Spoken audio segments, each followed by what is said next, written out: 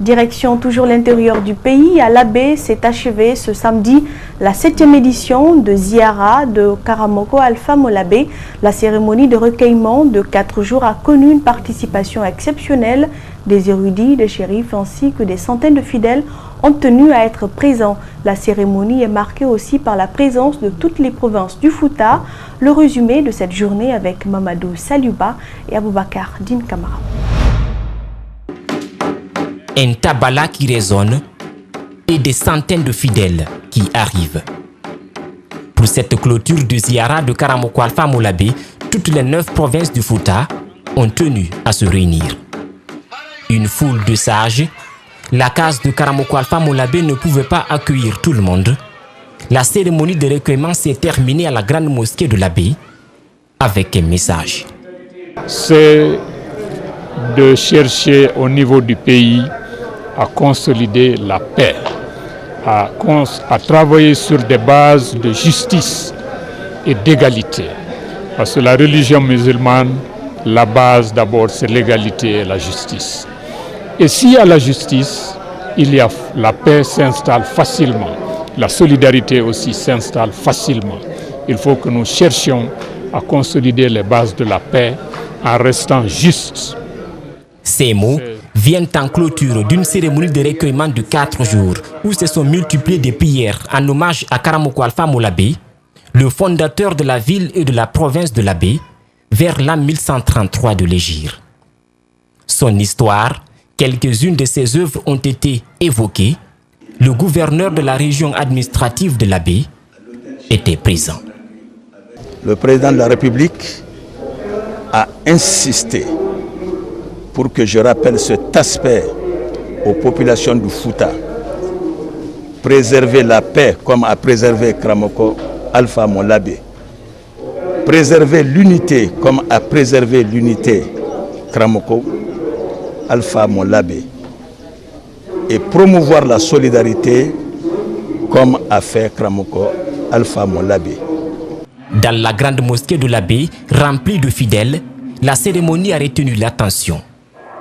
Pour terminer, les fidèles se sont recueillis sur le tombeau de Mamadou Sellou Diallo, dit Karamoko Alpha Molabé.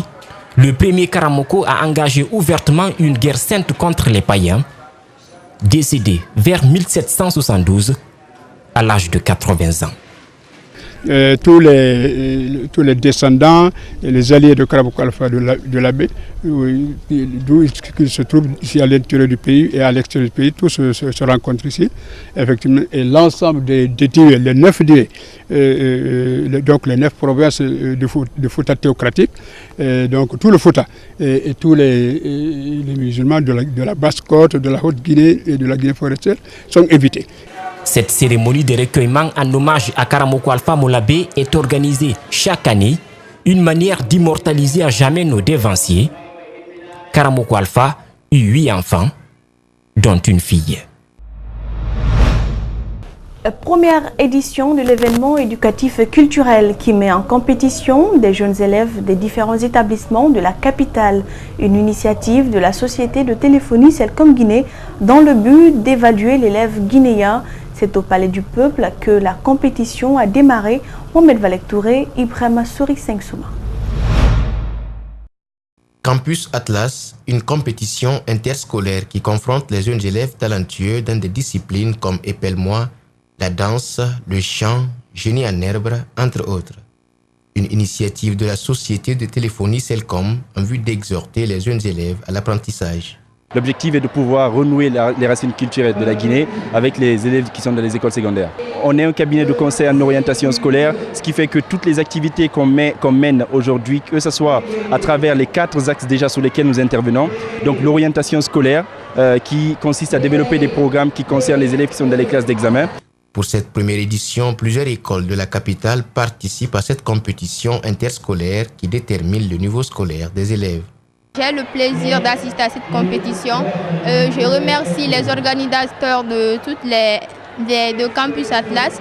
Nous reversons une petite partie dans l'organisation des différentes activités qui se tiennent dans la capitale, notamment dans le cadre sportif, dans le cadre culturel et tant d'autres. Donc pour ce soir, nous avons concocté une petite activité avec Campus Atlas, un cabinet, qui œuvrent aussi dans le domaine éducatif et dans le cadre de la mise en avant des différentes activités qui se tiennent dans les différentes écoles. Après la délibération des membres du jury, le complexe scolaire de Lambagny dans la série Épelle-moi a remporté la compétition devant 16 écoles. Le groupe scolaire Semig remporte la série danse et le génie en herbe remporté par Mahatma Gandhi et le complexe scolaire TKS. Tecno met sur le marché deux nouveaux téléphones Camon 11 et 11 Pro avec 3 Go de RAM et 32 gigapixels pour le premier, 6 Go RAM contre 62 gigapixels pour le second. Tecno montre une fois de plus qu'il est le roi sur le marché. Une bonne caméra, un bon selfie, ce sont des produits de haute gamme. Plus de détails dans ce public reportage signé Alseni Baré et Aliouba. Il était attendu, maintenant il est là. Le Tecno Camon 11 et 11 Pro, d'une capacité de 3 Go de RAM et 32 gigapixels pour le premier, contre 6 Go de RAM et 62 gigapixels pour le second. Tecno innove et s'impose avec ses deux nouveaux produits sophistiqués et de haute gamme sur le marché guinéen. Ces deux appareils sont dotés de l'intelligence artificielle. Pas besoin de beaucoup d'applications pour les images. Tecno résout tout. Nous avons voulu, dans la même logique de produits de qualité, mettre à leur disposition des nouveaux produits, mais qui obéissent aux innovations les plus récentes en fait. Donc, qui est à savoir une très bonne caméra, un très bon selfie. Donc, en fait, vous savez, aujourd'hui, l'appareil photo reste un élément commercial très important. Donc, pour ceux qui vont expérimenter ou utiliser ce produit, je pense qu'ils ne seront pas déçus, comme la plupart des produits Tecno également. Stupéfaits, ses partenaires et clients de Tecno n'en reviennent pas. Ils défient le challenge et terrassent les ambitions des concurrents. Sincèrement, c'est un excellent produit. Ça répond aux critères d'innovation de la dernière technologie. Donc, surtout en qualité d'image, c'est une grande innovation que Tecno a mis sur le marché. Le Camon 11 Pro était déjà envoyé, un premier lot était déjà disponible. Franchement, actuellement, il y a des gens qui commandent avant même l'arrivée du grand stock. Ce sont des bons téléphones qui sont à bon prix. Franchement, on espère que ça va faire plus que ce que ça fait auparavant. Avec 13 mois de garantie et des équipes dédiées à Conakry, Labé, Kankan, Zirikore, Tecno vous offre le monde et le confort en un clic. Sport à présent dans cette édition, l'équipe féminine du Auréa AC s'est lourdement imposée en amical ce week-end sur un score de 4-1 face à son homologue du foot élite au stade annexe du 28 septembre. C'est une initiative du projet Foot from Change de la société SMB en partenariat avec l'ancienne gloire du football Fodé Mansaré. C'est l'ancien ministre des Finances, Dame Malado Kaba, qui a eu l'honneur de donner le coup d'envoi de ce match amical. Le compte-rendu est signé Paul Fatia Tungara et Aliouba. Le projet Foot for Change existe depuis 3 mois. Il consiste à promouvoir la couche féminine dans le football en priorité. Mais au-delà du sport, il intervient dans d'autres secteurs d'activité permettant à la jeune fille d'assurer son autonomisation. En fait, on essaie de faire en sorte qu'on les aide par rapport à leur activité, c'est-à-dire le coiffure, faire de la cuisine ou faire d'autres choses que d'aller à l'école. Donc, on vient de démarrer il y a 3 mois avec la SMB qui nous accompagne dans ce sens financièrement et qui est vraiment très très important pour nous. La SMB entend élargir ses activités en dehors de Boké, d'où la tenue de ce match amical à Conakry. La société minière offre toutes les mesures d'accompagnement à la jeune fille pour favoriser son épanouissement. Il faut savoir que c'est un projet avec qui on est en partenariat donc avec la fondation de Fodé Mansaré, Foot Elite, qui s'occupe de la partie football.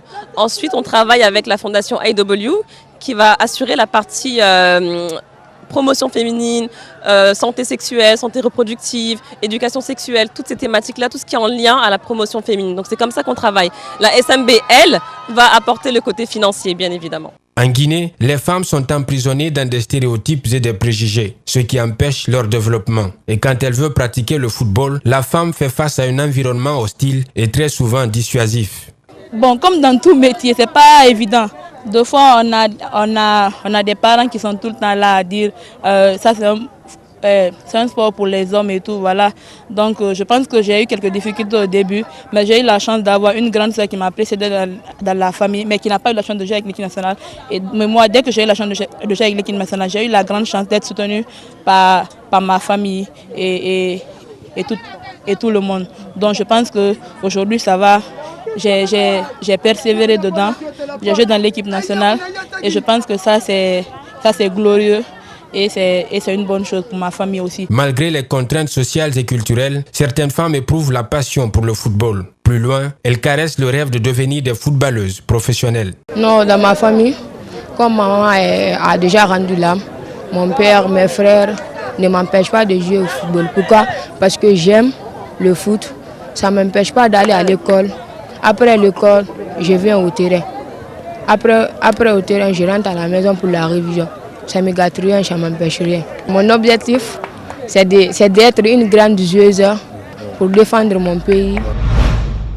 Cet élément sport met fin à cette édition d'information. Merci pour l'attention. Restez avec nous, les programmes continuent sur Espace TV.